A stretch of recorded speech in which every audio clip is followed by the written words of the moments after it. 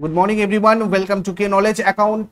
তোমাদের আজকে 14 জুন 2024 এর ডেইলি কারেন্ট অ্যাফেয়ার্স নিয়ে ডিসকাস করব উইথ স্ট্যাটিক জিকে।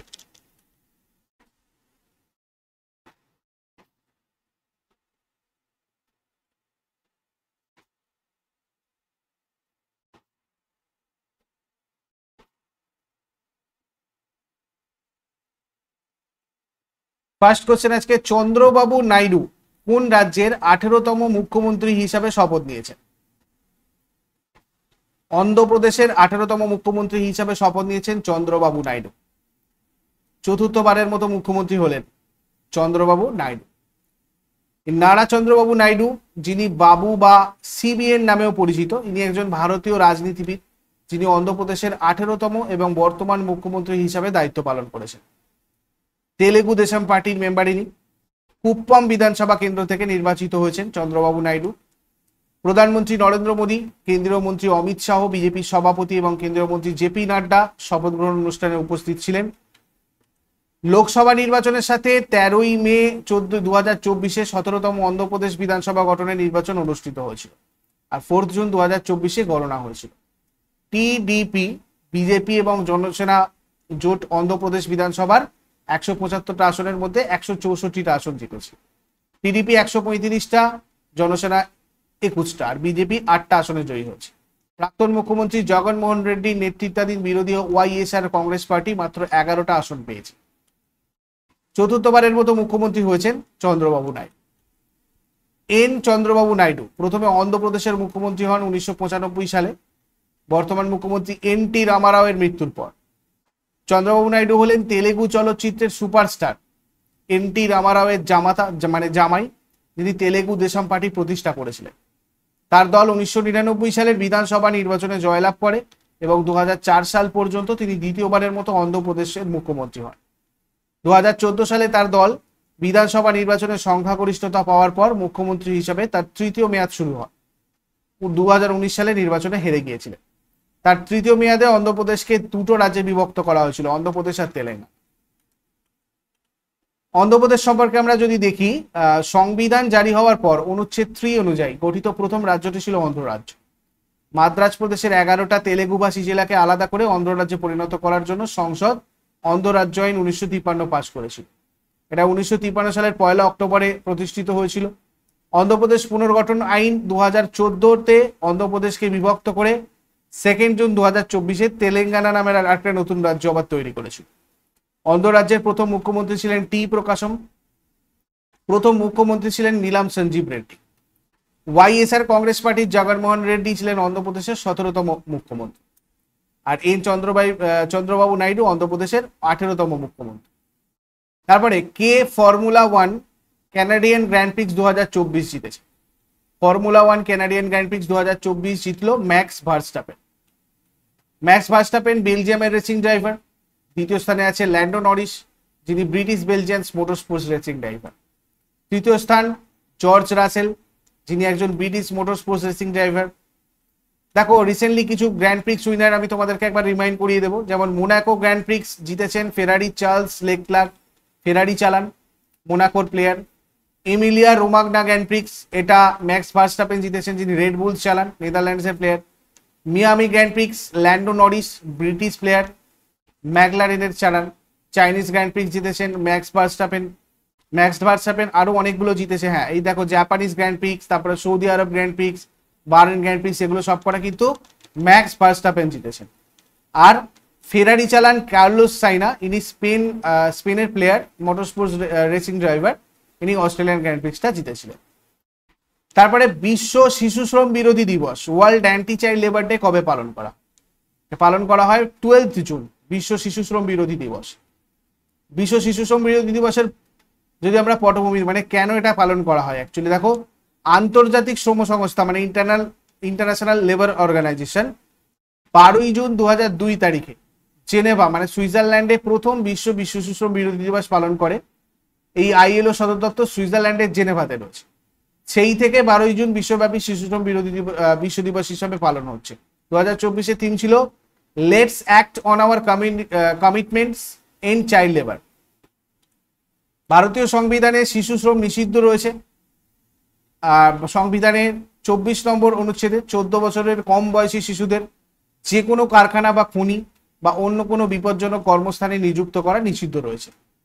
তারপরে জাতিসংঘ 2024 সালকে কোন আন্তর্জাতিক বর্ষ হিসাবে ঘোষণা করেছে?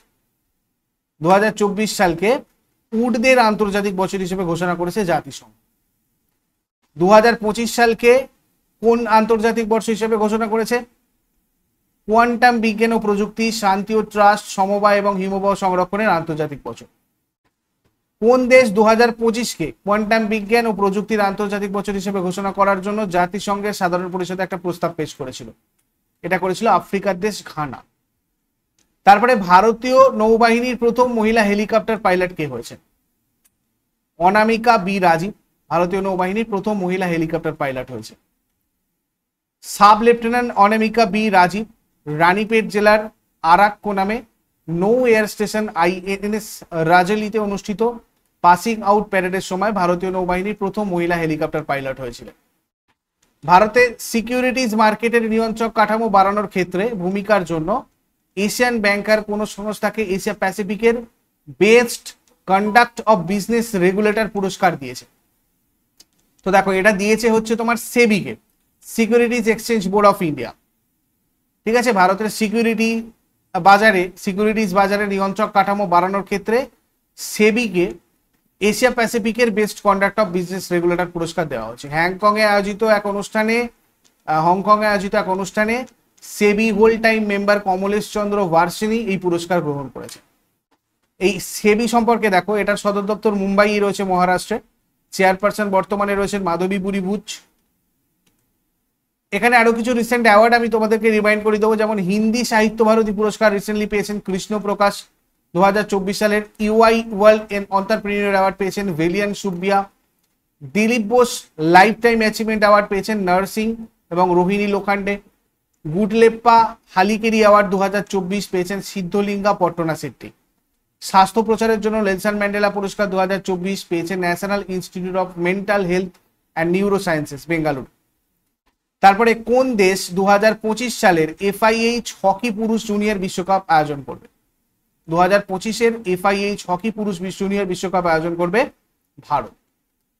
প্রথম FIH হকি পুরুষ জুনিয়র বিশ্বকাপ 2025-এ ভারতে অনুষ্ঠিত হবে। আন্তর্জাতিক হকি ফেডারেশনের কার্যনির্বাহী বোর্ড সম্প্রতি এই সিদ্ধান্ত নিয়েছে এই টুর্নামেন্টটা 2025 সালের ডিসেম্বরে অনুষ্ঠিত হবে, যাতে 24টা দল অংশগ্রহণ করবে। FIH হকি পুরুষদের জুনিয়র বিশ্বকাপের শেষ সংস্করণ 2023 সালে মালয়েশিয়াতে হয়েছিল। ফাইনালে ফ্রান্সকে 2-1 গোলে হারিয়ে সপ্তম শিরোপা জিতেছে জার্মানি। তারপরে 2024 সালের জুনে সৌরভ শর্মা সুইজারল্যান্ডের ওয়ার্ল্ড প্যারা অ্যাথলেট গ্র্যান্ড প্রিক্সে 2টো স্বর্ণপদক জিতেছেন। ইনি কোন রাজ্যে? হিমাচল প্রদেশের ইনি একজন প্যারা অ্যাথলেট, যিনি সুইজারল্যান্ডের ওয়ার্ল্ড প্যারা অ্যাথলেট গ্র্যান্ড প্রিক্সে 2টো সোনার পদক জিতেছেন। হিমাচল প্রদেশের হামিরপুর জেলার একজন ক্রীড়াবিদ ইনি সৌরভ শর্মা। সুইজারল্যান্ডের নটউইল শহরে চলমান ওয়ার্ল্ড প্যারা অ্যাথলেট গ্র্যান্ড প্রিক্সে 2টো সোনার জিতেছে। সৌরভ শর্মা 1500 মিটার আর 5000 মিটার দৌড়ে বিজয়ী হয়েছেন। তারপরে সম্প্রতি অবসরের ঘোষণা করেছেন কেদার যাদব। ইনি কোন খেলার সাথে জড়িত? কেদার যাদব ক্রিকেটের সাথে জড়িত। ভারত আর মহারাষ্ট্রের ব্যাটসম্যান কেদার যাদব জাতীয় দলের হয়ে শেষ খেলার 4 বছর পর আন্তর্জাতিক ক্রিকেট থেকে অবসরের ঘোষণা দিয়েছেন। 39 বছর বয়সী যিনি নভেম্বর 2014 সালে রাঁচিতে শ্রীলঙ্কার বিরুদ্ধে ODI এর সময় ভারতের হয়ে তার আন্তর্জাতিক অভিষেক করেছিলেন। তিনি 73টা ওয়ানডে এবং 9টা T20 খেলেছেন। যাদব 73টা ODI-তে ভারতের হয়ে 2টো সেঞ্চুরি আর 6টা হাফ সেঞ্চুরির সাহায্যে 42.09 গড়ে প্রায় 1389 রান করেছেন। এছাড়াও তিনি 9টা T20 আন্তর্জাতিক 6 ইনিংসে 122 রান করেছেন। 6টা ইনিংসে 122 রান করেছেন। রিসেন্টলি রিটায়ার্ড প্লেয়ার্স গুলো আমরা একবার দেখে নেব। দীনেশ কার্তিক ভারতের সব ধরনের ক্রিকেট থেকে রিটায়ার্ড করেছেন। বার্নার্ডাইন বিজু ইডেন হাউট দক্ষিণ আফ্রিকা এবং নিউজিল্যান্ডের আন্তর্জাতিক ক্রিকেট থেকে অবসর গ্রহণ করেছেন। এমস অ্যান্ডারসন ইংল্যান্ডের। সৌরভ ঘোষাল ভারতের পেশাদার স্কোয়াশ, ইনি রিটায়ার্ড করেছেন। কলিন্স ওবোয়া কেনিয়ার, ইনিও রিসেন্টলি রিটায়ার্ড হয়েছেন আর কি। তারপরে মোটোজিপি ইন্ডিয়া নিম্নের কোন সাল থেকে বুদ্ধ সার্কিট গ্রেটার নয়ডা গৌতম বুদ্ধনগরে অনুষ্ঠিত হবে? 2025 থেকে 2029। মোটোজিপি ইন্ডিয়া 2025 থেকে 2029 পর্যন্ত বুদ্ধ সার্কিট গ্রেটার নয়ডা গৌতম বুদ্ধনগরে অনুষ্ঠিত হবে। উত্তরপ্রদেশ সরকার নয়ডায় মোটোজিপি ইভেন্ট আয়োজনের জন্য ডোরনা স্পোর্টস এবং তার ভারতীয় অংশীদারি ফেয়ার স্ট্রিট স্পোর্টসের সাথে এই চুক্তি স্বাক্ষর করেছে। দেখো, সম্প্রতি নিউ ইয়র্কে ভারত পাক ম্যাচ চলাকালীন মারা যান অমল কালে। ইনি নিচের কোনটির সভাপতি ছিলেন? ইনি ছিলেন মুম্বাই ক্রিকেট অ্যাসোসিয়েশনের সভাপতি অমল কালে। ভারত পাক ম্যাচ যখন চলছিল তখন মুম্বাই ক্রিকেট অ্যাসোসিয়েশনের সম্মানসূচক সভাপতি অমল কালে মারা গেছেন। 47 বছর বয়সে মুম্বাই ক্রিকেট অ্যাসোসিয়েশনের সম্মানিত সভাপতি অমল কালে নিউ ইয়র্কে হৃদরোগে আক্রান্ত হয়ে মারা গেছে। এরপরে আগের দিনের হোমওয়ার্কগুলো সবাই মিলে নাও। কোন রাজ্যে পাক্কে টাইগার রিজার্ভ অবস্থিত? এটা হয়ে যাবে অরুণাচল প্রদেশের পূর্ব কামেং জেলার একটা প্রজেক্ট টাইগার রিজার্ভ। সহ্যাদ্রি ব্যাঘ্র সংরক্ষণ প্রকল্পটা রয়েছে মহারাষ্ট্রের পশ্চিমঘাটের সহ্যাদ্রি পর্বতশ্রেণী অঞ্চলে। আর আজকে তোমাদের জন্য প্রশ্ন থাকবে, সোমনাথ মন্দির কোথায় অবস্থিত? আসামে কাটি বিহু একটি ড্যাশ গাছ বা গাছের সম্মানে প্রদীপ জ্বালিয়ে উদযাপন করা হয়। এই দুটো প্রশ্নের উত্তর আজকে তোমরা আমাকে শেষকালে কমেন্ট বক্সে জানাও। চট করে আগের দিনের গুলো কুইক রিভাইজ করে নেবো। যারা যারা লাইভে রয়েছে দেখো কতগুলো উত্তর করতে পারো। 13 জুন 2024-এর প্রশ্ন, 2024 সালের লোকসভা নির্বাচনে জয়ী হওয়া সবচেয়ে বয়স্ক প্রার্থীকে? টি আর বালু। প্রেম সিং তামাং সম্প্রতি কোন রাজ্যের মুখ্যমন্ত্রী হিসাবে শপথ নিয়েছেন? সিকিম। বিরোধী দলীয় নেতা নিয়োগের যোগ্য হওয়ার জন্য একটি দলের ন্যূনতম কতগুলি লোকসভা আসনের প্রয়োজন? 55টি। কে 2024 সালের লোকসভা নির্বাচনে জয়ী সবচেয়ে কম বয়সী প্রার্থী? শাম্ভবী চৌধুরী। 2024 নরেন্দ্র মোদীর মন্ত্রিসভায় কতজন মহিলা অন্তর্ভুক্ত হয়েছে? 7 জন। 2024 নরেন্দ্র মোদীর মন্ত্রিসভায় কতজন প্রাক্তন মুখ্যমন্ত্রী অন্তর্ভুক্ত হয়েছেন? 6 জন। সম্প্রতি জাতিসংঘ কর্তৃক শিশুদের বিরুদ্ধে অপরাধ সংগঠনকারী অপরাধীদের বৈশ্বিক তালিকায় কোন দেশ যুক্ত হয়েছে?